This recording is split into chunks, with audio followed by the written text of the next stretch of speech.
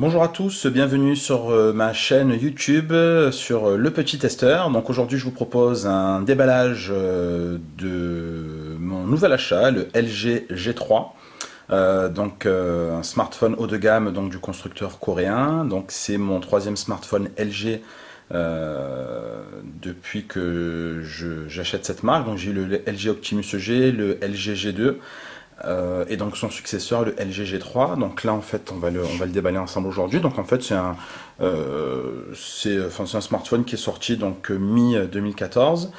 Donc c'est un peu le flagship de LG, donc c'est-à-dire leur modèle étendard pour cette nouvelle année. Et je l'ai pris en couleur blanche, donc voilà, donc je vous propose un petit peu de commencer. Alors, petit tour de la boîte du propriétaire. Donc on a une boîte classique, LG G3, donc avec ici le logo en façade, sorte de chromé. Ici, un prix qui apparemment il a obtenu au Global Mobile Awards de 2014, notamment par rapport à l'innovation. Donc sur les côtés, on retrouve le LG, et derrière, c'est ça qui est le plus intéressant. Donc, des caractéristiques techniques, j'espère que vous allez bien voir. Je vais voir si je peux zoomer un petit peu, histoire de... Alors, attendez, hop, on va faire ça. Voilà, ça devrait peut-être aller si tout va bien. Alors...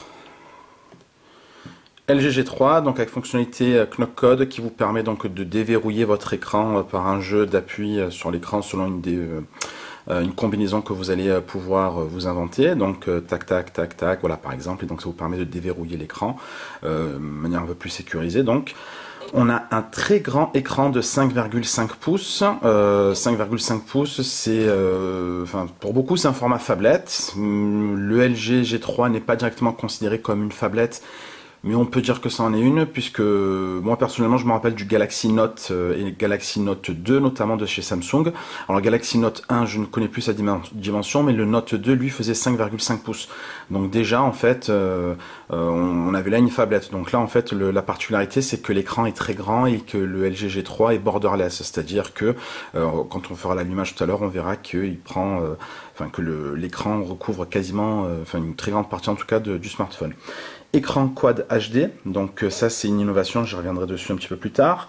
Processeur Qualcomm Snapdragon S801, donc il est cadencé à 2,5 GHz, donc très très rapide. C'est le meilleur qu'on trouve actuellement sur le marché, au moment où je fais la vidéo en tout cas. On a un haut-parleur de 1 watt, donc avec un amplificateur, donc c'est un haut-parleur qui est unique et qui est au dos.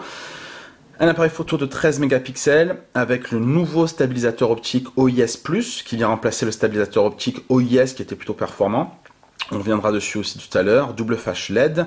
Et la particularité aussi, c'est qu'ici on voit, c'est avec un autofocus laser. Je crois que c'est le premier smartphone, en tout cas pour le grand public, qui propose une fonctionnalité pareille. La batterie, c'est toujours du 3000 mAh. La particularité, vous verrez dans le déballage, c'est qu'elle n'est pas intégrée d'office, donc c'est une batterie donc, qui est amovible. Il est donc 4G et est équipé de Android 4.4. 4.4.2 je crois. Donc voilà pour les caractéristiques qui sont présentes dans la boîte. Alors je vais commencer donc simplement à faire un petit déballage. Voilà.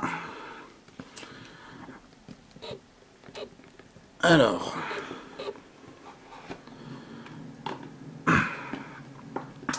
le téléphone. Alors, je vais remettre le zoom en arrière, excusez-moi, c'est ça que j'ai zoomé un petit peu tout à l'heure. Voilà. Donc le téléphone est là. Donc avec l'écran plastique et les caractéristiques principales qui sont dessus. Donc on va l'allumer tout à l'heure. On va le mettre là gentiment à côté. Knock Code, qui est vraiment l'exclusivité que LG propose, donc le fait de déverrouiller sur son écran. Ensuite, qu'est-ce qu'on a à l'intérieur? Alors c'est un téléphone que j'ai acheté chez mon opérateur SFR, encore une fois, donc on verra qu'il est customisé sûrement au démarrage avec peut-être quelques applications à l'intérieur. Donc là une notice, donc un guide de démarrage rapide. Ensuite à l'intérieur du grand classique, donc des intra-auriculaires QuadBit 2, donc c'est les mêmes que l'on a dans le LG G2. Les QuadBit normales, c'était celles qu'on avait dans le LG Optimus G. Donc voilà, là c'est toujours les mêmes écouteurs avec câble plat.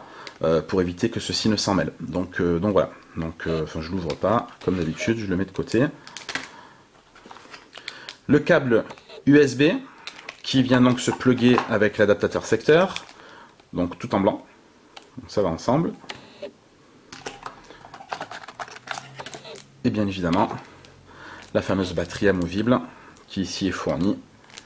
Et je sais pas si on voit que c'est ici une 3000 mAh, donc c'est du mal avec l'autofocus.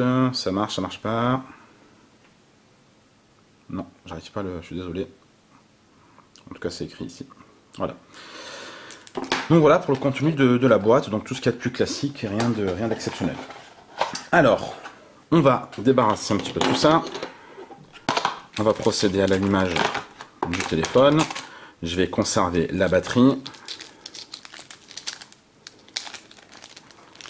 Hop, on va mettre ça à côté. Alors bon, le téléphone en lui-même, on va le commenter après, mais il est très beau. Très beau. Je suis un peu fan de LG, mais je suis pas un fanboy parce que j'ai des téléphones d'autres marques, mais j'aime beaucoup cette marque. Moi, c'est celle qui m'a le plus impressionné ces derniers temps. Très bonne qualité. Enfin voilà, LG commence à gagner un petit peu des parts de marché dans le monde. Ils sont partenaires donc de Google pour notamment les smartphones de la gamme Nexus, du moins les Nexus 4 et Nexus 5. Donc voilà, donc ça m'étonne pas, et puis les gens sont plutôt satisfaits quand on lit un petit peu les commentaires sur le forum. Alors, ce qu'on va faire, on va quand même un petit peu le commenter. Alors, l'écran 5,5 pouces, donc borderless. On voit qu'il y a très peu d'espace entre l'écran et les côtés, donc ça se verra plus quand l'écran sera allumé. Aucune touche physique en façade, on a juste ici le logo LG en contrebas. En haut, on a une webcam, une caméra de façade pour faire vos selfies avec un capteur de proximité. Sur le dessus, on a notamment le capteur infrarouge qui vous permet donc d'utiliser votre téléphone comme une télécommande. Donc ça était déjà sur le LG G2. Sur les côtés, là, on n'a rien du tout, ni côté gauche ni côté droit. À l'arrière, on a l'objectif photo, double flash LED, autofocus laser qui est donc ici, les boutons physiques au dos qui ont été un petit peu remaniés, donc avec un bouton power plus et moins, donc ça vous servira pour les volumes, mais aussi vous pouvez avoir d'autres fonctionnalités comme notamment pour la photo, etc. Et ici donc le haut-parleur qui est à l'arrière. Bon, c'est un peu regrettable parce que sur le G2 il était en dessous, maintenant ils l'ont mis à l'arrière. Bon voilà, mais en tout cas il fait 1 watt, et apparemment c'est déjà pas mal. Ensuite, en dessous, on a la sortie jack 3.5, le micro et la sortie mini USB, donc pour recharger votre téléphone ou le plugger sur votre ordinateur par exemple. Allez, on ouvre maintenant, on retire la coque. Alors oui, juste pour la finition, donc ça reste du plastique, finition métallique. Donc on va dire que c'est une imitation en termes de toucher. C'est pas du plastique glossy comme on avait sur le LG G2, donc c'est beaucoup plus agréable, en tout cas pour la version blanche. Donc ici, on va installer la batterie. Voilà, assez facile. L'emplacement donc pour votre carte micro SIM, donc on la met là, donc ça change pas, et on referme avec le cache. En tout cas, moi je trouve ça très bien d'avoir mis une batterie amovible, un petit peu comme son grand frère, son cousin éloigné, le Samsung Galaxy S5, qui est son concurrent direct. Moi je trouve que c'est une très bonne chose. Alors, donc voilà, donc écran 5,5 pouces. Juste avant de démarrer, il faut savoir que si vous prenez un Samsung Galaxy S5 justement, il va faire la même taille quasiment que le LG G3, mais vraiment ils sont identiques côte à côte. Moi j'ai pu le voir. La seule chose, c'est que le Galaxy S5 il a un écran de 5,1 pouces et celui-ci c'est un écran 5,5 pouces pour une même taille physique extérieure. Donc ça veut dire simplement que LG a réussi à faire rentrer un très grand écran dans un smartphone sans qu'il soit pour autant beaucoup plus gros. Et donc ça c'est plutôt appréciable puisque on n'a pas un encombrement très important, quoi. Voilà, donc à peu près 70% de remplissage. Allez, on va arrêter de parler, je vais le démarrer. Voilà. LG, Donc il tourne sur Android 4.4. En attendant qu'il démarre, je sais qu'il y a une possibilité de recharger le téléphone sans fil, donc technologie QI, donc c'est en natif. Donc pas besoin d'avoir une coque spéciale, donc vous pouvez le charger sur un socle dédié, il rechargera automatiquement. Donc voilà pour le démarrage.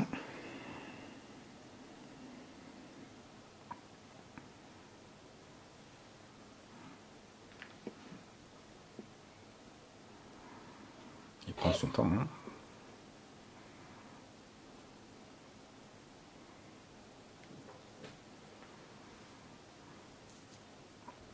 Ah oui, j'ai oublié de préciser qu'il y avait aussi une lettre de notification. Donc ça, je ne l'avais pas noté en préparant la vidéo. Donc voilà. Allez, c'est parti. Donc, paramétrage, on va choisir la langue française. Mettez la langue que vous voulez, hein, mais bon, moi je suis français, donc je mets la langue française.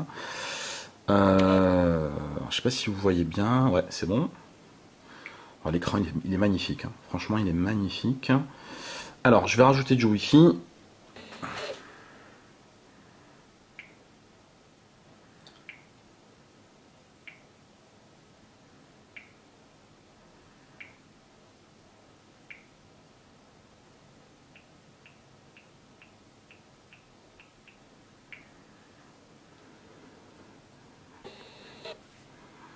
Donc, apparemment, c'est bon. Est-ce que vous avez un compte Google? Oui, mais je le paramétrerai plus tard. Pas maintenant.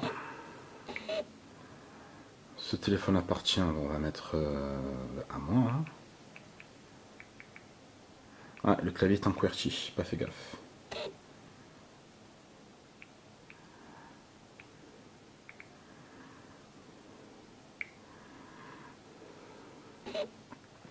Donc notre code, donc là en fait l'assistant vous propose de créer un code de verrouillage directement en tapotant sur l'écran. On va le faire hein, tant qu'on y est. Alors appuyez de 3 à 8 fois sur les cadrans pour définir votre knock code. Alors je vais le faire en 4. 1, 2, 3, 4. Continuez. Donc je vais refaire la même chose. Donc on voit, je sais pas si normalement on voit bien les 4 zones. Voilà, donc là c'est plutôt visible. Donc je refais pareil. 1, 2, 3, 4. Je confirme. En cas d'oubli du no-code, saisissez votre code PIN de sauvegarde pour déverrouiller l'écran. Donc ouais, c'est au cas où j'aurai un trou de mémoire. Alors on va le faire. Voilà. Ensuite, on vous propose sur les touches tactiles qui est en bas de l'écran, de configurer l'ordre dans lequel vous voulez avoir la touche arrière, la touche menu et la touche multitâche. Donc moi je vais prendre le deuxième, parce que je suis habitué à avoir cette configuration. Voilà, terminé, c'est tout bon. Et voilà, donc le téléphone est quasiment configuré. Donc à l'allumage, on a une interface qui est quand même assez fluide, hein, regardez. Comme d'habitude, hein, donc il n'y a pas de mauvaise surprise. Alors, l'interface graphique, donc c'est le nouvel UI. Donc c'est l'interface que LG, je me rappelle plus comment elle s'appelle, mais c'est leur interface faite maison. Mais celle-ci, elle est toute nouvelle. Si on regarde un petit peu les icônes, etc., donc on voit que c'est du flat design, donc design épuré. Alors c'est un petit peu un terme qui est à la mode, puisque je crois que c'est, Android, les équipes de Google, pardon, ont annoncé là il y a peu de temps la nouvelle interface Android L qui sera un petit peu comme ça, donc avec une interface assez flat. Vous avez Apple avec son iOS tout nouveau là qui a été présenté également il y a quelques semaines, qui sera très flat design, hein, donc c'est-à-dire que tout est simplifié, notamment là pour le LG, sur le LG G2, l'interface maison, en fait elle était très pratique, il y avait beaucoup de fonctionnalités, mais en termes de couleurs, c'était des couleurs qui étaient trop criardes. Donc là, voilà, là on arrête un petit peu les chichis et on va sur des choses beaucoup plus simples. Et donc c'est vrai que c'est plutôt agréable quoi, quand on regarde. Hein, donc voilà, donc plutôt sympathique. Sur l'écran. Bienvenue dans Smart Notice, il y aura quelque chose de nouveau. Enfin là je fais une prise en main très rapide, hein, parce que je vais pas non plus faire un test complet. Là en fait on a une fenêtre qui sera intégrée sur l'écran d'accueil, qui sera une sorte c'est une nouveauté, hein, c'est une sorte d'assistant intelligent qui va interagir avec vous en fonction des événements qui vont se passer sur votre téléphone.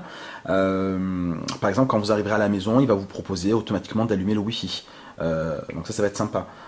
Quand vous allez avoir un appel qui va être manqué, on va dire voilà, vous avez reçu un appel de Intel, de Claude, souhaitez-vous le rappeler, hein, donc vous aurez juste à confirmer sur votre écran et donc ça rappellera votre interlocuteur qui n'a pas réussi à vous avoir, et ainsi de suite.